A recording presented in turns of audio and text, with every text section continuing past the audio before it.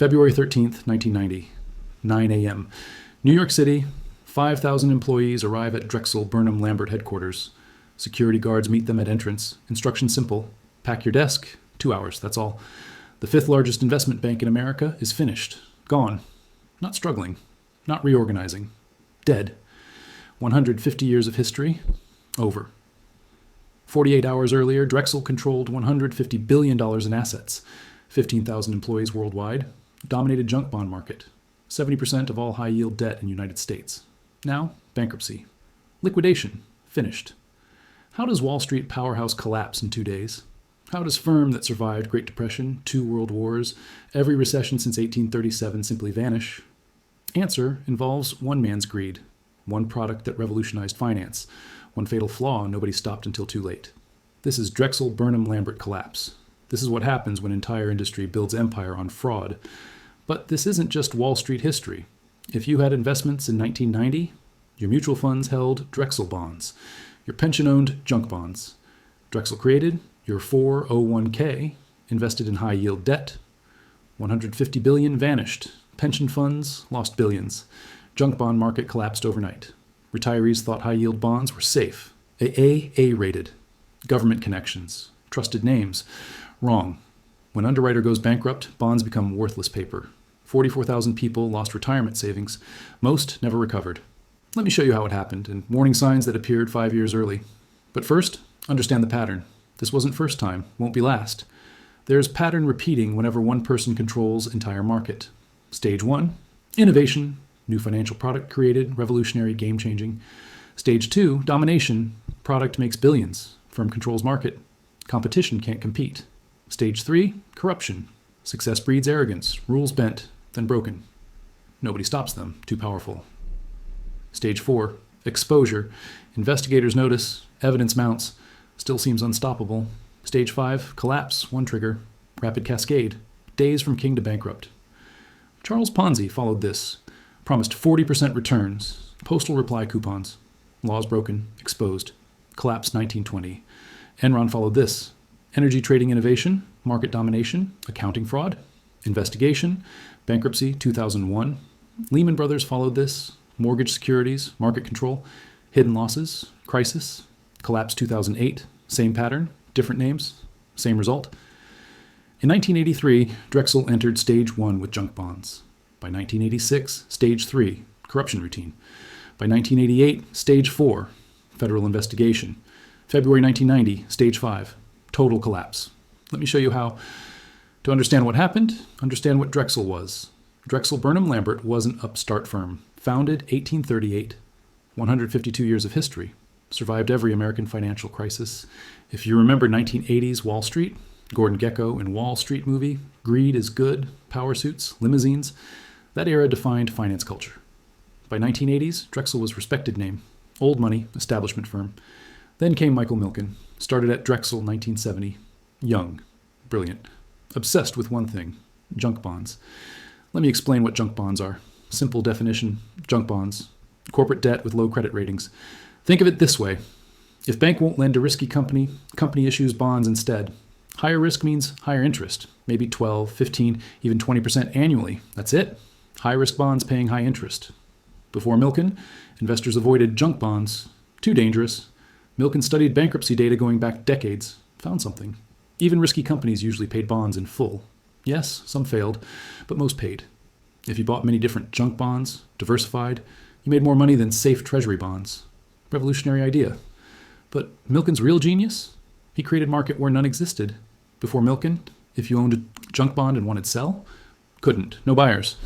You were stuck until bond matured, maybe 10, 15, 20 years. Milken changed that, set up a trading desk at Drexel, bought and sold junk bonds constantly, created liquidity, ability to buy or sell quickly. And suddenly junk bonds weren't permanent investments. They were tradable securities you could sell anytime. Companies noticed. If Milken could sell your bonds to investors, you could raise money without bank loans, no bank restrictions, no oversight, just issue bonds. Milken sells them. You get cash. By 1983, Drexel dominated junk bond market. 70% of all high-yield debt in America went through Milken's desk. He worked from Beverly Hills office, 3,000 miles from New York headquarters. Started 4:30 a.m., finished 8 p.m., 16-hour days, 7 days weekly, made money beyond imagination. 1986 salary and bonuses, $550 million. Let me repeat, $550 million. One person, 1 year, adjusted for inflation, over $1 billion in today's money. If you remember 1980s corporate raiders, Carl Icahn, T. Boone Pickens buying companies with borrowed money, Milken financed them all. Corporate raider, investor who buys company to break it up and sell pieces for profit. Hostile takeover, buying company even when management doesn't want to sell. Milken raised billions in days, did what banks couldn't. $500 million, $1 billion, $2 billion in 72 hours. This created a problem. When one person can raise billions instantly, that person has power, real power. Power to make companies, power to break companies, power to move markets. And when someone has that much power, temptation follows. Because here's what nobody asked in 1983. If Milken controls market, who watches Milken? Who makes sure trade's legal? Who verifies price is fair? Who checks manipulation? Answer, nobody. Drexel Compliance Department reported to Drexel executives. Same executives making fortunes from Milken's deals. Obvious conflict. External regulators. SEC had 40 people monitoring entire junk bond market. Drexel alone did 10,000 transactions annually, 40 people, 10,000 deals. Math doesn't work. Fatal flaw built into system. One man, too much power, too little oversight, too much money at stake. If you remember 2008 crisis when banks regulated themselves, you know how this ends. But in 1983, nobody cared. Money flowing, markets booming, everyone getting rich, including people who should have been watching. The first temptation came early. 1984, Milken sat in Beverly Hills office. Client on phone, corporate raider planning hostile takeover. Needed $800 million, fast. Milken could raise it, had investors ready. But problem existed. Target company stock price, $35 per share. Raider needed price above $45. Made takeover profitable. Simple question, how get stock from 35 to 45? Legal answer, you don't. You raise money, make offer, market decides. Milken's answer, buy stock yourself first, drive price up, then raise money at higher price. Called stock parking. Stock parking. Illegally buying stock through fake accounts to manipulate price. Clear securities law violation. But Milken had advantage. Nobody watching closely. He did it. Bought shares secretly through offshore accounts. Price rose to $43, raised $800 million for client. Takeover succeeded. Client happy. Milken richer. Nobody caught. This was the moment. The moment line crossed, when legal innovation became illegal manipulation. In documentary about Enron, I showed you first fraudulent energy trade. In Madoff's story, first fake returns. This was Drexel's version. Everything after? Just escalation. By 1985, pattern established. Deal comes. Milken trades illegally to improve outcome. Deal succeeds. Everyone makes money. Happened dozens of times, then hundreds. Ivan Boesky, famous trader, worked directly with Milken. They had arrangement. Arbitrage trader, someone who profits from price differences and same security on different markets. Milken told Boesky which stocks to buy before takeover announcements. Classic insider trading, completely illegal. Boesky made hundreds of millions, paid Milken kickbacks disguised as consulting fees. Let's do math on one 1985 deal. Revlon takeover, normal junk bond underwriting fee. 2% would equal $16 million. Drexel's actual fee, 8%. Actual amount, $64 million. Extra money, $48 million. Where did that $48 million go? Half, secret payments to Boesky and conspirators. Half, Milken's bonus pool. They weren't just breaking laws, they were stealing systematically. Math proves it. But here's what made it work. The money. Drexel employees made fortunes. Loyalty bought with cash. Young traders making $1 million bonuses at age 25 don't ask questions. Milken's top people earn 10, 20, 50 million annually. That kind of money buys silence. If you remember 1980s excess, Lamborghinis, penthouse apartments, private jets, Drexel traders lived it. Not movie version, real life. One trader bought 3 homes simultaneously. New York, Los Angeles, Paris. Each over $5 million for weekend getaways. Another collected cars. Owned 47. Climate-controlled warehouse storage. Money beyond reason, beyond need. All dependent on Milken's machine continuing. By 1986, Drexel underwrote $30 billion in junk bonds annually. Controlled market completely. Other banks couldn't compete, didn't have Milken's relationships, didn't have Milken's network, didn't have Milken's willingness to break rules. This is stage 2, domination. But warning signs appeared. 1986, early morning. SEC investigator Gary Lynch noticed pattern. Same names appeared repeatedly in trading records. Same stocks bought days before takeover announcements. Not once, not twice, dozens of times.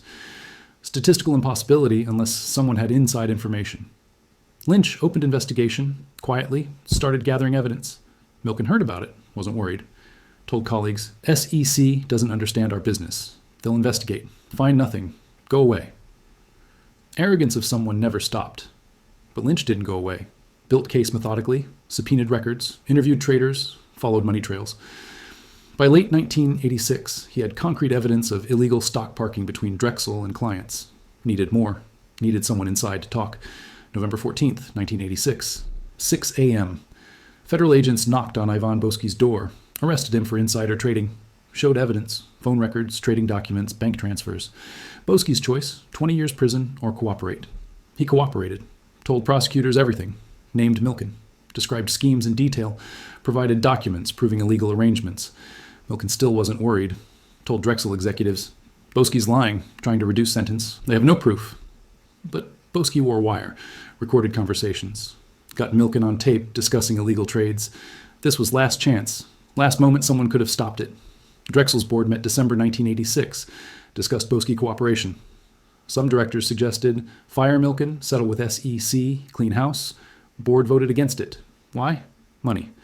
Remember this number. Milken generated half of Drexel's profits. Half. Fire Milken firm loses billions in revenue. Board chose profit over legality. Fatal mistake. Because investigators didn't stop. They intensified. Let me show you pattern comparison. Makes this crystal clear. Let's compare 4 major financial frauds. Notice identical timeline. Enron, 2001. First warnings, 1999. Analyst questions accounting. Collapse, December 2001. Warning to collapse gap, 2 years. Regulators, SEC investigated after bankruptcy. Outcome, $74 billion lost, 20,000 jobs. Executives jailed. Key person served, 14 years. CEO Jeffrey Skilling. Bernie Madoff, 2008. First warnings, 1999. Whistleblower to SEC ignored. Collapse, December 2008. Warning to collapse gap, 9 years of ignored evidence. Regulators, SEC investigated 3 times, found nothing. Outcome, $65 billion Ponzi scheme destroyed. Key person served, 150-year sentence, died in prison. Drexel Burnham Lambert, 1990. First warnings, 1986. Boesky arrest evidence clear. Collapse, February 1990.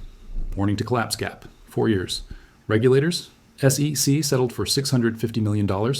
Outcome, $244 billion. Total economic damage. Key person served, 22 months. Milken, released early. FTX, 2022. First warnings, 2021. Balance sheet concerns raised. Collapse, November 2022. Warning to collapse gap, 1 year. Regulators, arrested 1 month after collapse. Outcome, $32 billion customer funds lost. Key person, awaiting sentencing. Sam Bankman-Fried convicted. Notice pattern? Warnings always appear 1 to 9 years before collapse. Regulators always arrive 0 to 9 years too late. Investors lose billions every single time. People who caused crisis, serve minimal time or keep fortunes. People who pay, ordinary investors, retirees, pensioners, workers. Timeline never changes. Only names change. If you have adult children with 401s or retirement accounts, send them this video. Pattern repeating right now in private credit markets. They need to see warning signs. Back to Drexel story. Now let me show you how Milken's operation actually worked. How billions moved illegally without detection for years. System had 3 parts. Part 1. The network Milken cultivated relationships with every major corporate raider, every aggressive CEO, every ambitious investor in America. These weren't clients. They were partners in crime. When Raider planned to take over, called Milken first, before lawyers, before accountants, before board approval. Milken would say, I can raise money, but need you to do something first. That's something? Usually illegal. Buy stock through offshore account. Park shares with friendly investor. Trade on inside information. Manipulate bond prices. Client did it. Milken delivered money. Everyone made fortune. Part 2. The money flow. Here's how money moved. Follow these steps. Step 1. Client needed financing. Say $1 billion. Step 2. Milken told network of investors to buy bonds before deal publicly announced. Step 3. Investors bought bonds based on Milken's word alone, before they knew details, before they saw terms, before they knew risk. Step 4. Deal announced. bonds issued, money raised. Step 5, Milken took fees, 5 to 10%, 50 to 100 million per deal. Step 6, part of fees paid back to investors as kickbacks. Rest to Milken and Drexel, money laundering, with investment bank as washing machine. Legal version takes months of due diligence. Milken did it in days. How? Because investors trusted him blindly. Knew if Milken said buy, bonds would make money. Track record proved it. But trust built on manipulation. Prices weren't real. Returns weren't natural. Everything controlled. Let's do math on typical 1987 Milken deal.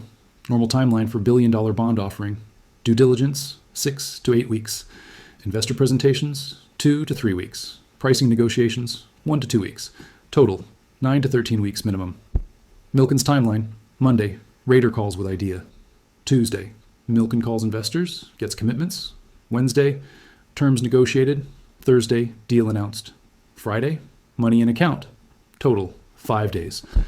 How is this possible legally? It's not.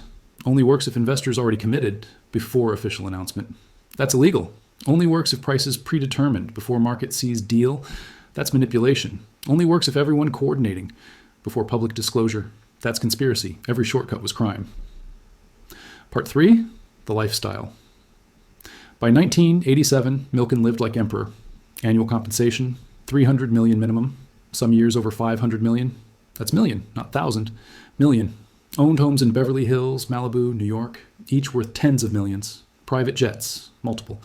Flew family to Europe vacations on chartered Boeing 727. Donated hundreds of millions to charity, cancer research, education. Genuine good works. Made him look noble, but money came from fraud. If you remember televangelists of 1980s, Jim Bakker, Jimmy Swaggart, stealing from followers while preaching righteousness, similar psychology. Milken believed he was doing good, revolutionizing finance, creating opportunities, funding entrepreneurs. Fact that he broke laws doing it didn't matter to him. And justified means. This is stage 3, corruption normalized, crime routine, consequences unimaginable. But within Drexel, some noticed. Young compliance officer questioned trades in 1987, saw patterns looking illegal, reported concerns to supervisor. Supervisor told him, "Don't worry about Milken's desk, that's handled at highest level." Translation, shut up. Keep job. Stop asking. He did. This is how corruption survives. Good people silenced by money and fear. Let's do second math breakdown. Count Milken's personal earnings, 1983 to 1987.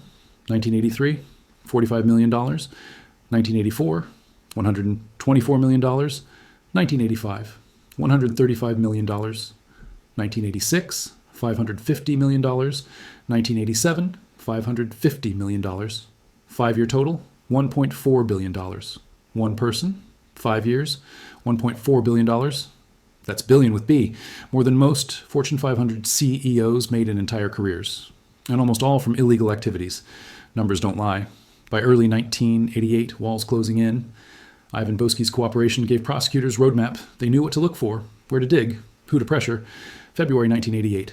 Federal prosecutors issued subpoenas to Drexel, demanded documents on hundreds of transactions. Milken's response? Defiant. Told employees, "Don't talk to anyone, don't provide anything beyond legally required. They're fishing. They have nothing." But they had more than nothing. March 1988. Prosecutors flipped Dennis Levine, another trader who worked with Milken. Levine provided details on stock parking schemes. April 1988. Prosecutors flipped Martin Siegel, Drexel's own investment banker. Siegel admitted receiving illegal payments from Milken for insider information.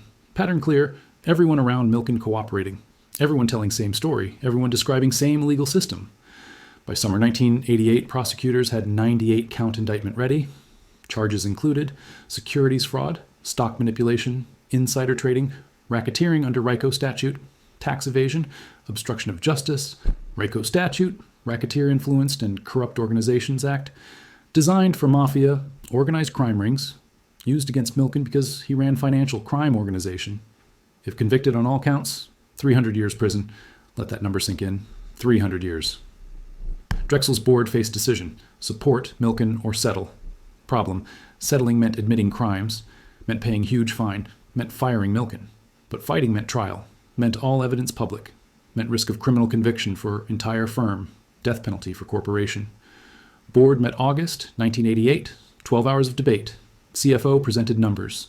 If we fight and lose, firm bankrupt. If we settle, we survive. Some directors argued principle. We built this firm 150 years. We don't settle when innocent. Others argued reality. Milken did plenty wrong. We all know it.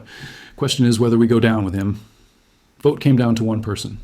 CEO Fred Joseph. Joseph worked with Milken 15 years. Built junk bond empire together, made billions together. But Joseph knew truth, knew about illegal trades, knew about stock parking, knew about insider trading. He'd looked other way for years because money too good. Now, had to choose, loyalty or survival. Joseph voted to settle. December 21st, 1988. Drexel announced settlement with SEC. Terms: admit to 6 felony counts, pay $650 million in fines and restitution. Fire Michael Milken immediately. Cooperate with ongoing investigation. Largest fine in Wall Street history at that time. That's million. $650 million. Not thousand, million.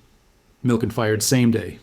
15-year career at Drexel over, but Milken still fought personally, refused to settle, hired best lawyers money could buy, told press, I have done nothing wrong. I will be vindicated. January 1989. Life without Milken. Drexel tried operating normally, but junk bond market already changing. Investors nervous, defaults rising, high-yield debt prices falling. Why? Because Milken had been the market. His word meant bonds would trade. His network meant liquidity existed. His manipulation meant prices stayed stable. Without Milken, market fell apart. By mid-1989, junk bond market down 30%, hundreds of billions in value lost. If you had mutual funds in 1989, you felt this. Many funds held junk bonds. Values dropped sharply. Monthly statements showed losses. Pensions suffered. Savings and loan institutions, which invested heavily in junk bonds, started failing. If you remember S&L crisis of late 1980s when hundreds of savings banks collapsed, junk bond crash was major cause. You probably remember banks failing in your town. Lines of worried depositors. FDIC signs on doors, government takeovers. This was why. Timeline tightening. July 1989. 5 more Drexel traders indicted. September 1989. Milken's trial date set. November 1989. Junk bond market crashes further. December 1989. Drexel's bond ratings downgraded to junk status. Irony. Firm that created junk bond market now rated junk itself. By December, Drexel hemorrhaging money. Clients fleeing. Investors demanding funds back immediately. Firm needed $900 million in capital to meet regulatory requirements. Tried to raise it. Couldn't. Banks refused to lend. Too risky. Investors refused to invest. No confidence. January 1990. Firm had weeks left, maybe days. Board met emergency session January 15th. Discussed options. Only 2 choices remained. Bankruptcy or liquidation. Neither good. Frederick Joseph addressed board. We built this firm 152 years. I never imagined this day. Old director, been with Drexel since 1950s, interrupted. We saw this day coming the moment we let Milken operate without oversight. We chose money over integrity. This is consequence. Room went silent. He was right. February 12th, 1990, 4 p.m. If you were watching evening news that Monday, Tom Brokaw on NBC, or Dan Rather on CBS, you saw this unfold live. Drexel executives called emergency meeting. All 15,000 employees worldwide told to dial in. CEO Frederick Joseph's voice came through speakers. It is with great sadness that I announce Drexel Burnham Lambert will file bankruptcy tomorrow morning. The firm will cease operations immediately. Silence. Then chaos. Traders started crying. Secretaries screamed. Security guards called in to prevent theft. Worried employees might take computers, files, anything valuable. In New York headquarters, senior executives sat in offices, stunned. One managing director, 28 years at Drexel, told colleague, I started 1962. We survived everything. How is this possible? Colleague answered one word, Milken. Next morning, February 13th, 1990, remember that date, 6 a.m. Drexel's lawyers filed Chapter 11 bankruptcy in federal court. Assets, $150 billion on paper. Liabilities, $3.5 billion immediate. Problem, assets illiquid. Couldn't sell fast enough to pay debts. By 9 a.m., employees arriving at headquarters met security guards with instructions. Pack desk, leave building by noon, security badges deactivated, thousands of people. 2 hours. 15 decades of history. Gone. Timeline of collapse. Notice the speed. Day 1, February 13th. Bankruptcy filed. Trading halted. 5,000 New York employees terminated immediately. Day 2, February 14th. London office closed. 2,000 European employees terminated. Day 3, February 15th. Asian offices closed. 1,000 employees terminated. Week 1. Regulators seized records. FBI began criminal investigation. Clients fled to competitors. Week 2. Asset liquidation began. Bond portfolios sold at massive discounts, 30, 40, 50 cents on dollar. Month 1. Court-appointed trustee distributed what remained to creditors. 48 hours? That's all it took. Human cost. Real people. Real lives. Margaret Chen, 42, executive assistant. 20 years at Drexel. Her retirement savings, entirely in Drexel stock. Before collapse, worth $800,000. After collapse, worth $0. Zero. Her entire retirement. Gone. She told New York Times reporter, "I trusted them. They said company stock was safe. They lied." David Richardson, 35, junior bond trader. 5 years at Drexel. He'd made $300,000 in bonuses 1989. Spent most. New house, new car, private school for kids. Now unemployed. Bills due. Savings minimal. Lost house 1991. Divorce 1993. Financial stress destroyed marriage. Last worked as insurance salesman. Never recovered financially. But here's victim nobody talks about. Someone your age. Robert Wilson, 67 years old in 1990. Retired mechanical engineer. If you're in your 70s now, you remember people like Robert. Maybe you knew someone exactly like him. Robert worked 42 years, saved carefully, invested conservatively, or so he thought. His financial advisor said, Drexel bonds are AAA rated. Government connections, safest investment outside treasuries. Robert invested $400,000, his entire retirement nest egg, in Drexel underwritten junk bonds. February 1990, those bonds worth 40 cents on dollar. His $400,000 became $160,000 overnight. Lost $240,000 at age 67, no time to rebuild. Robert went back to work. Security guard, night shifts, age 68, worked until 74. Died 6 months after finally retiring. Spent final years of life working because trusted wrong people. If you know someone who lost money in 1990, junk bond crash, and many of you do, this was why. Anyone with pension funds investing in high-yield debt, share this video with them. Pattern repeating now in different form. Let's do final math on total damage. Direct losses from Drexel bankruptcy. Creditors owed $3.5 billion.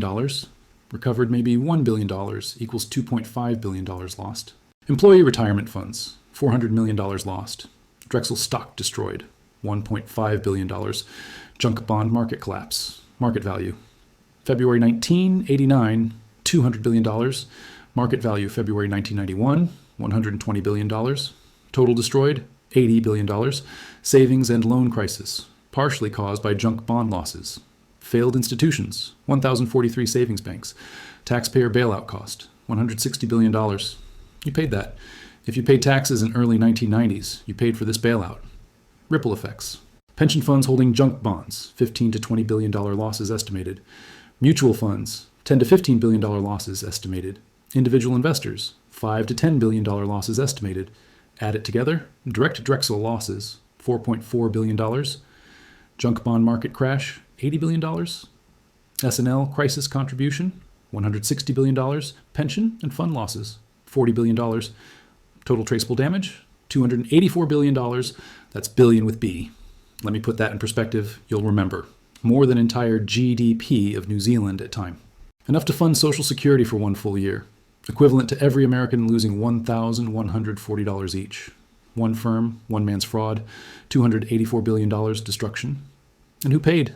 Not Milken, not executives who knew, ordinary people, retirees, savers, taxpayers, people who did nothing wrong. March 13th, 1990.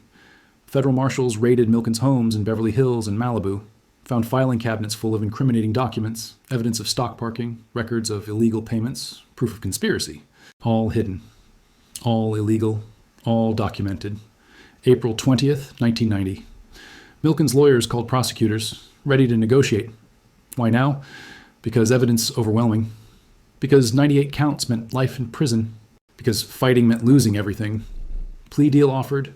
Plead guilty to 6 felonies. 10 years prison. $600 million in fines and restitution. Milken accepted. 10 years. $600 million.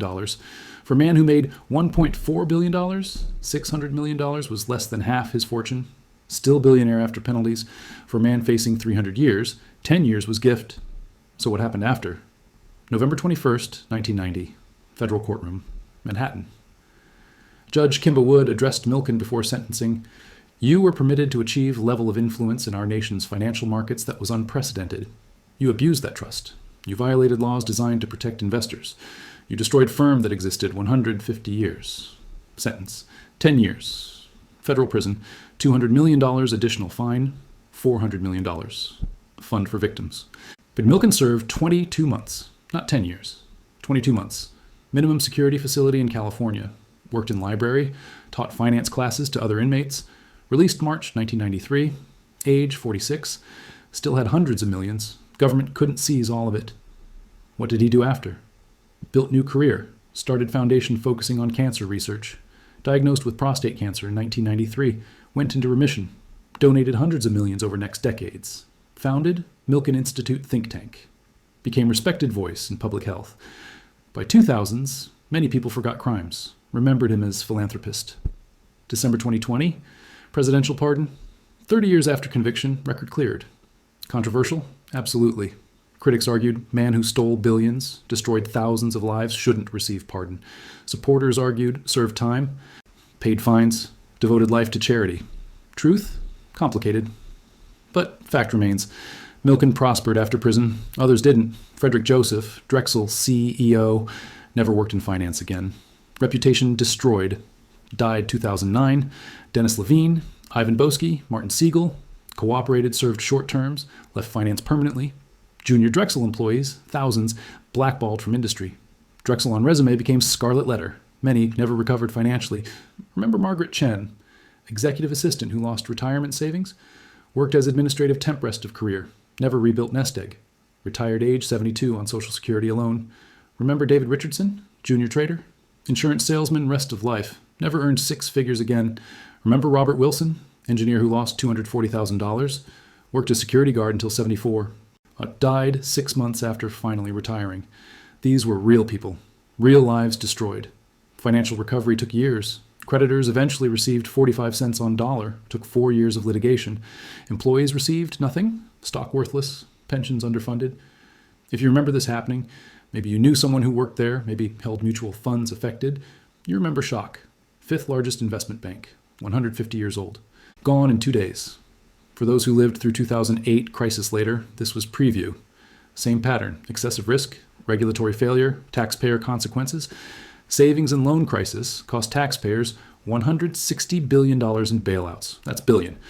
Government rescued hundreds of failed S and Ls because they'd invested in junk bonds that became worthless when Drexel collapsed. Sound familiar? If sounds like 2008, banks failing, government bailouts, ordinary taxpayers paying for Wall Street excess, you're exactly right. Pattern identical. People who caused crisis. Milken served 2 years. Other executives served 1 to 3 years. All left prison wealthy. People who paid. Ordinary workers who lost jobs. Retirees who lost savings. Taxpayers who funded bailouts. 15,000 Drexel employees lost jobs who did nothing wrong. Millions of Americans lost money in pension funds and mutual funds holding junk bonds. All taxpayers paid $160 billion for S&L bailout. Meanwhile, Milken kept hundreds of millions. Justice? Legal system punished individuals. 6 people went prison. Fines totaling nearly $2 billion collected. But system that enabled it? Unchanged. After Drexel, Congress passed new regulations on junk bonds, restricted leverage, increased oversight, lasted about 10 years. By 2000s, high-yield debt market back. Bigger than ever. Different names, same products, same risks. By 2008, when mortgage bonds collapsed, pattern repeated. Excessive leverage, inadequate oversight, catastrophic failure. Drexel taught nothing. Or rather, taught lesson nobody wanted to learn. So what does Drexel Burnham Lambert teach? Not just about junk bonds. About power, money, systems that should protect ordinary people's savings but don't. Lesson 1, market concentration creates corruption. When one person controls 70% of market, like Milken with junk bonds, that person has too much power, can manipulate prices, can pressure clients, can break rules without consequence, because market can't function without them. Regulators afraid to act. Competitors can't compete. Investors have no choice. Fatal flaw. If you remember AT and T monopoly breakup 1984, reason was exactly this. Too much power concentrated. Had to be broken up. Same principle. But financial markets never learned lesson. Today, if you have retirement accounts or pension investments, watch for industries dominated by 1 or 2 firms, markets where liquidity depends on single player, products where pricing isn't transparent. Situations where too big to fail argument appears. Trust built on competition, not monopoly.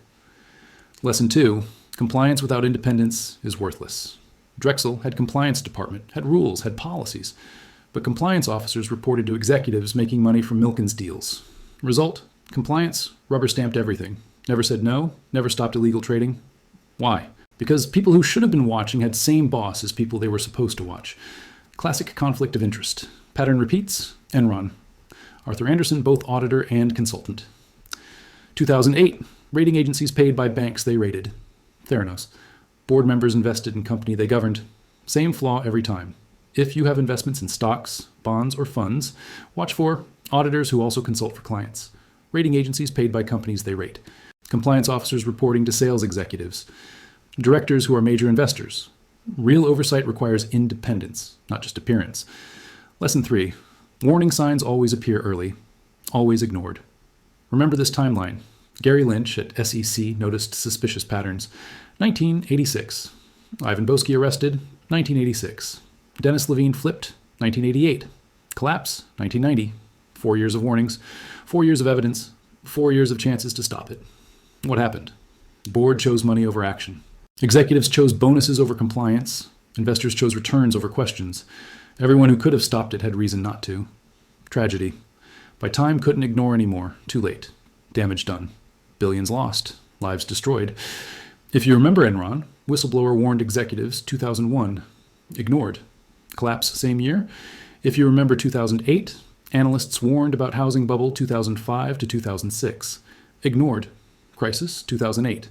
If you remember Madoff, whistleblower sent evidence to SEC 5 times over 9 years. Ignored. Collapse 2008. Pattern never changes.